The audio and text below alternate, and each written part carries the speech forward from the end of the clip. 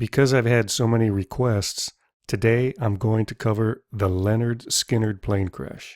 It starts over here in Greenville, South Carolina.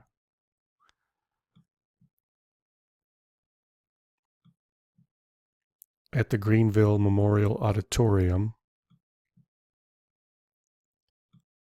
This place right here, this was the last location that Lynyrd Skynyrd had a concert before the plane crash. The date was October 19th, 1977, and this auditorium was used until 1998. They stopped using it in 1998 because they put in this new venue over here, this giant stadium right here.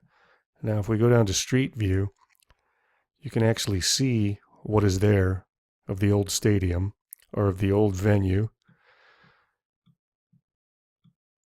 You can see here, I believe this is probably where the parking was, and this is the old structure right here, and they said that it could hold a total of 7,500 people. So this would have been the place that Lynyrd Skynyrd had their last concert in. So after the concert, they said that the band members partied for a while, and it wasn't until about 4 a.m. that they headed to this airport right here. And when they got to this airport, they boarded this plane.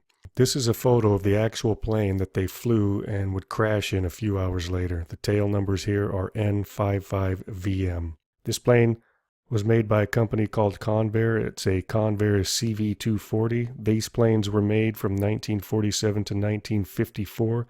The serial number on this particular plane, which is the one that they flew in, was number 3. So it was built in 1947, and when it crashed in 1977, October 20th, 1977, it was 30 years old.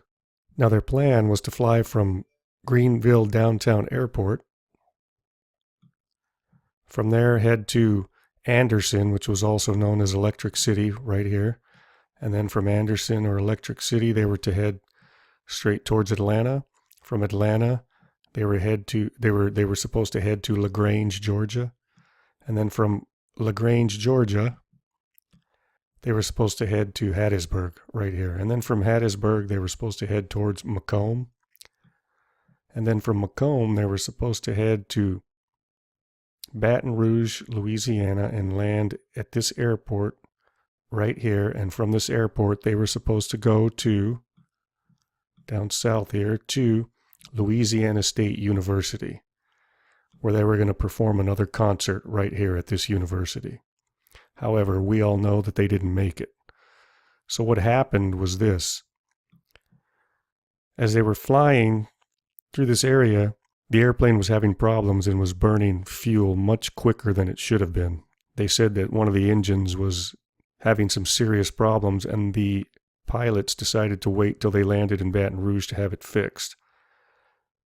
When they got into this area, I would say right about in here roughly, they radioed that they needed to land at the closest possible airport. They radioed to Houston. Houston told them to turn on a 25-degree heading, which would have put them heading towards this airport right here, Pike County Airport, and it would have had them heading kind of to the north of the airport, where they could have made a right turn and then landed somewhere in here. However, shortly after the turn, they were asked how high they were. They said 4.5. I believe they meant 4,500 feet. And then they didn't hear anything after that.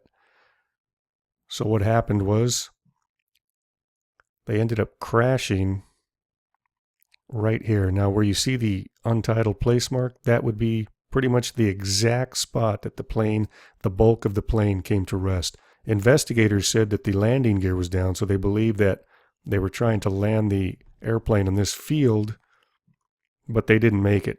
They started to hit the tops of the trees right about here.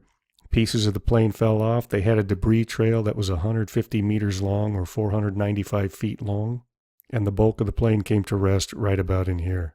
There was no fire because there was no gasoline, and the official report said that the angle at which the airplane crashed, or the debris trail that the airplane left behind, was about 12 degrees. So this here is about 12 degrees. This is the exact coordinates right here where this marker is, which is 31 degrees, 4 minutes, 19 seconds latitude, and 90 degrees, 35 minutes, 57 seconds longitude. And that would put it right here where the bulk of the plane came to rest. And from that point, if you do the angle, which would be 12 degrees past 180, which would make it 192, that means from this direction here toward the final resting place for the bulk of the airplane, this is a 12-degree angle, and the length is 150 meters or 495 feet long. So this right here would have been the path that they took when they crashed through the trees, and right here is where the plane rested. There were 26 people on the airplane. 6 of them were killed, and 20 of them were injured.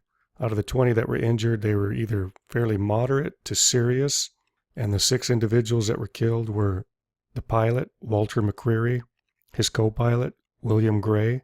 Members of the band that were killed were the founder and lead singer, Ronnie Van Zant, guitarist and vocalist, Steve Gaines, Steve Gaines' sister, Cassie Gaines, who was a backup vocalist, and assistant road manager, Dean Kilpatrick. Those 6 individuals were killed instantly upon impact. So there you have it, a bird's eye view of the flight path and the exact crash location of the Lynyrd Skynyrd plane that crashed on October 20th, 1977, right here on Google Earth.